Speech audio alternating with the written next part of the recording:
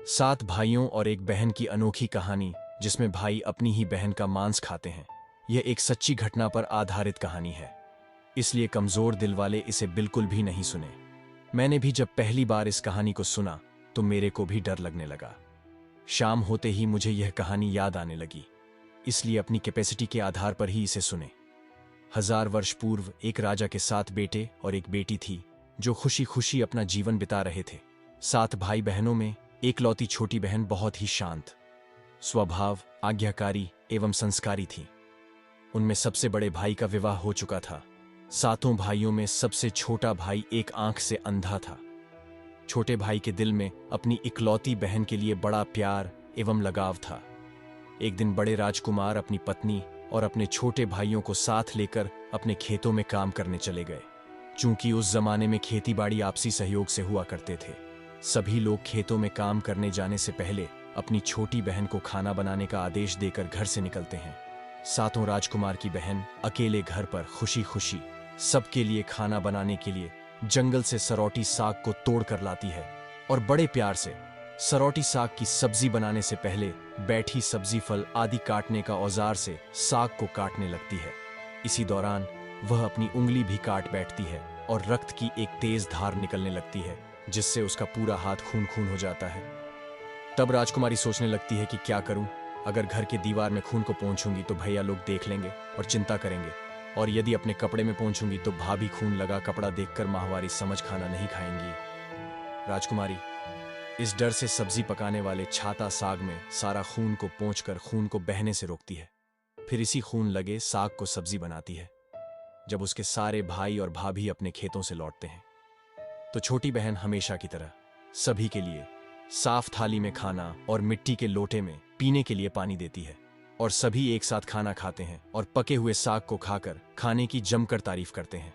और वे सब अपनी बहन से पूछते हैं कि बहन, तुम्हारे द्वारा बनाया हुआ यह साग बहुत बार खाए हैं, परंतु आज की बनी सब्जी का स्वाद बहुत ही अद्भुत लगा। बताओ ना, कैसे और क्या क्या मिलाकर इतना स्वादिष्ट सब्जी बनाई हो। पहले तो राजकुमारी डर से सहम गई कि कहीं भाइयों को पता न चल जाए कि मेरे हाथ की उंगली कट गई है। फिर वह थोड़ा सोचकर बोलती है कि कुछ नहीं भैया, जैसा हमेशा की तरह सब्जी पकाती हूं वैसे ही तो बनाई हूं। राजकुमारी अगले दिन 7 भाइयों के अनुरोध पर फिर से एक बार वही छाता साग की सब्जी बनाती है, परंतु भाइयों को पिछले दिन के जैसा स्वाद नहीं मिलता। फिर ऐसा ही अनुरोध 3-4 बार हुआ, लेकिन खून लगे साग का स्वाद उनके मन मस्तिष्क से उतर ही नहीं रहा था। असलियत जानने की जिज्ञासावश 7 भाई और भाभी ने उससे उस दिन के खाना बनाने का तरीका जानने का जिद करने लगे। मजबूरन राजकुमारी को सारी घटना बतानी पड़ी। सच्चाई मालूम होने पर 5वां भाई, जो बहुत ही लालची किस्म का था, उसने बाकी भाइयों से कहा कि बहन का खून इतना स्वादिष्ट लगा तो इसका मांस कितना स्वादिष्ट होगा।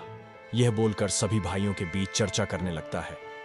सबसे छोटे भाई को छोड़कर बाकी भाइयों ने राजकुमारी को मारकर उसका मांस खाने को राजी हो गए थे। मांस खाने की सोचकर उन सभी के मुंह से लार टपकने लगता है। भाइयों के मन में स्वादिष्ट खाना खाने के लिए वे कितना लालची बन गए, इसका आभास राजकुमारी को हो गया कि किस प्रकार उसके भाई उनकी मांस खाने की लालसा रखते हैं। एक दिन 7 भाई शिकार खेलने के बहाने राजकुमारी को लेकर घने जंगल में लेकर जाते हैं, जहां पूर्व से निर्मित 4 केंद के वृक्षों पर बने मचान के नीचे पहुंचते हैं, जिस पर अपनी बहन को यह झूठ बोलकर चढ़ने के लिए बोलते हैं कि इस मचान पर जंगली जानवर तुम पर हमला नहीं कर सकेंगे। इस प्रकार 7 भाई अपनी बहन को मचान पर बैठाकर अपना अपना धनुष लेकर शिकार करने का ढोंग करके चले जाते हैं। तब राजकुमारी को पूरा आभास हो चुका था कि आज उसका आखिरी दिन है, लेकिन वह चाहती थी कि उनके भाइयों की इच्छा पूर्ण हो, इसलिए भी वह मचान में जाकर बैठ जाती है। फिर सभी भाई केंद के वृक्ष पर बने मचान से कुछ दूरी पर स्थित टोंगरी छोटा पहाड़ पर अपने अपने धनुष बाण के साथ पहुंचते हैं और एक चट्टान पर बारी बारी से अपने बाणों को तेज धार प्रदान करते हैं।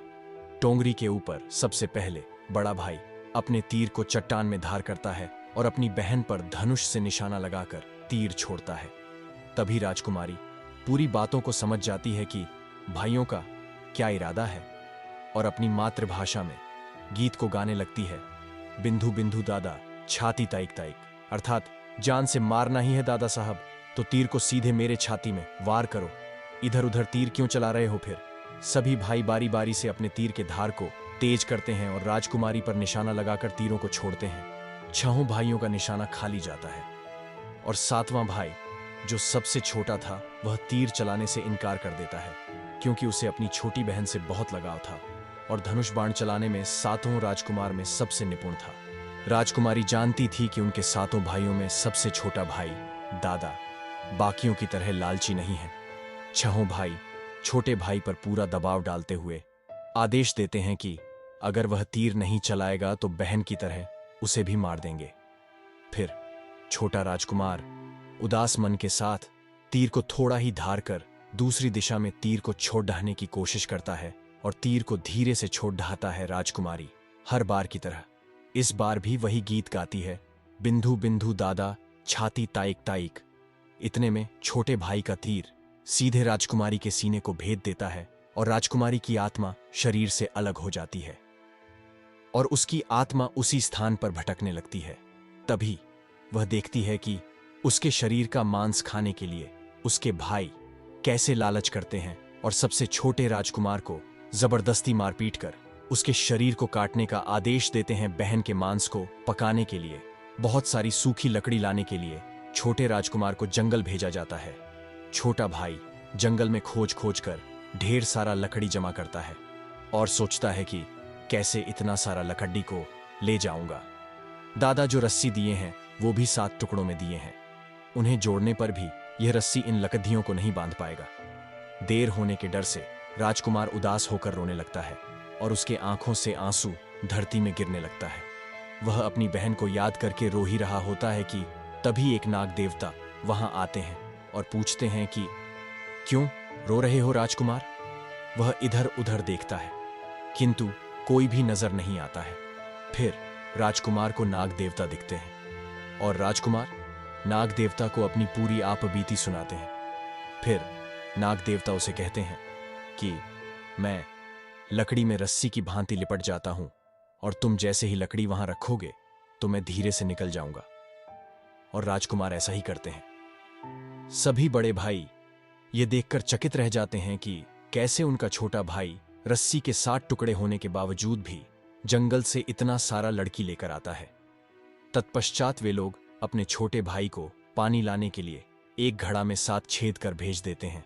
छोटा राजकुमार पानी लाने के लिए एक डाड़ी छोटा कुआं में जाता है और घड़े में पानी भरता है, परंतु उसमें छेद होने के कारण सारा पानी गिर जाता है और राजकुमार वहीं बैठकर सोच सोच कर रोने लगता है कि बिना पानी के वापस जाऊंगा तो बड़े भैया लोग मारपीट करेंगे। यह सारी घटना को दाढ़ी के मेंढक, केकड़ा और मछली सुन देख रहे थे और वे तीनों राजकुमार को रोता देखकर पूछते हैं कि क्यों रो रहे हो।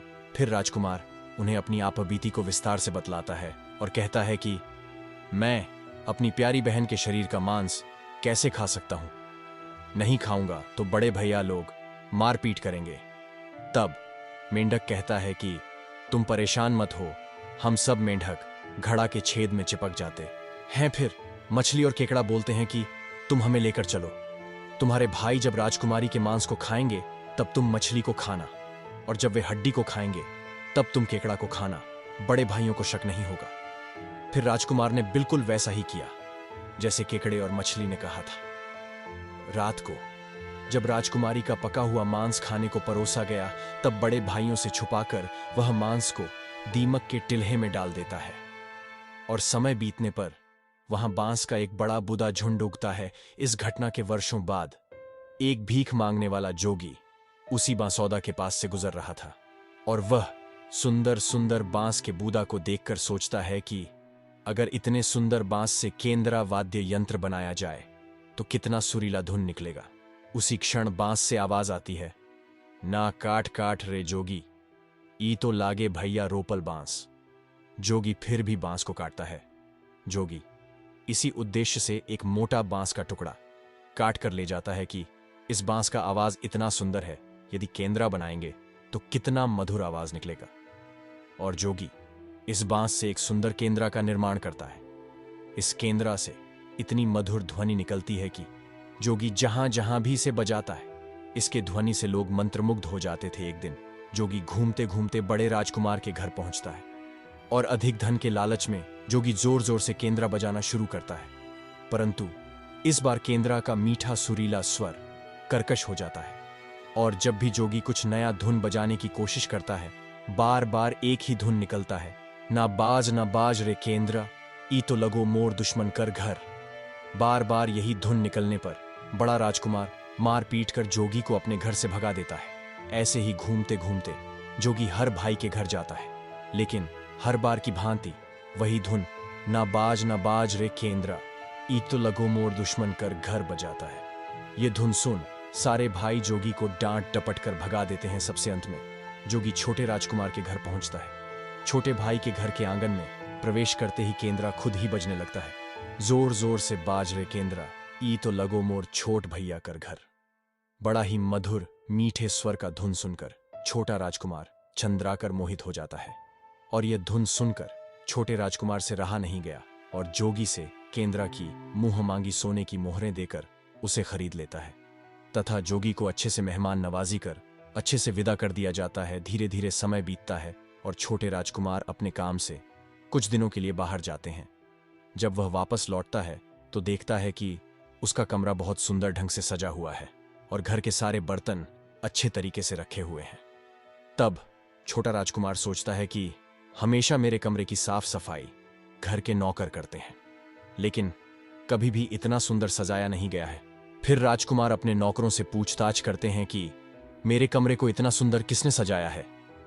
नौकरों के मना करने पर राजकुमार सोचते हैं शायद कोई भाभी आई होगी और मेरे कमरे को सजा कर गई होगी।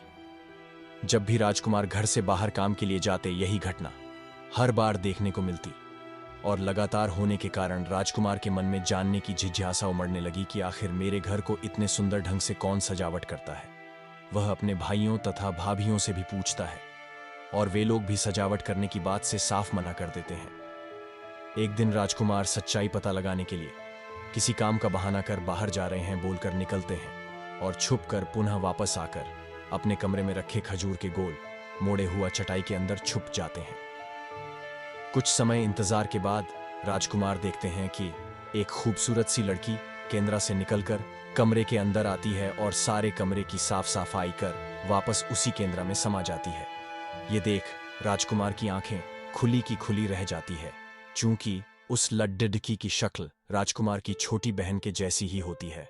राजकुमार अगले दिन फिर से एक बार उसी प्रकार छुप जाते हैं और जैसे ही वह सुंदर लड्डिया की पूरे कमरे की साफ सफाई का काम खत्म कर वापस केंद्रा में जाने वाली होती है, तब छोटे राजकुमार उस लड्डिया का हाथ पकड़ डियाच लेते हैं और तुरंत केंद्रा को जला देते हैं, जिसके बाद वह लड्डुडकी हमेशा के लिए मानव रूप में परिवर्तित हो जाती है और दोनों भाई बहन खुशी खुशी अपना जीवन जीते हैं। आज भी हर गांव में आसारी पूजा के दिन बकरा कटता है और पूरे गांव के घरों में प्रसाद स्वरूप बकरा का मांस खाया जाता है और सतबैनी नामक पूजा स्थान पर वहीं सरौटी साग को चढ़ाया जाता है। तो दोस्तों, आपको कैसी लगी 7 भाइयों और एक बहन की यह कहानी? अगर कुछ भी नया सीखने को मिला हो तो इस वीडियो को एक लाइक और चैनल को सब्सक्राइब जरूर करें। ऐसे ही मजेदार वीडियो देखने के लिए फिर मिलेंगे किसी दूसरे वीडियो में। धन्यवाद दोस्तों।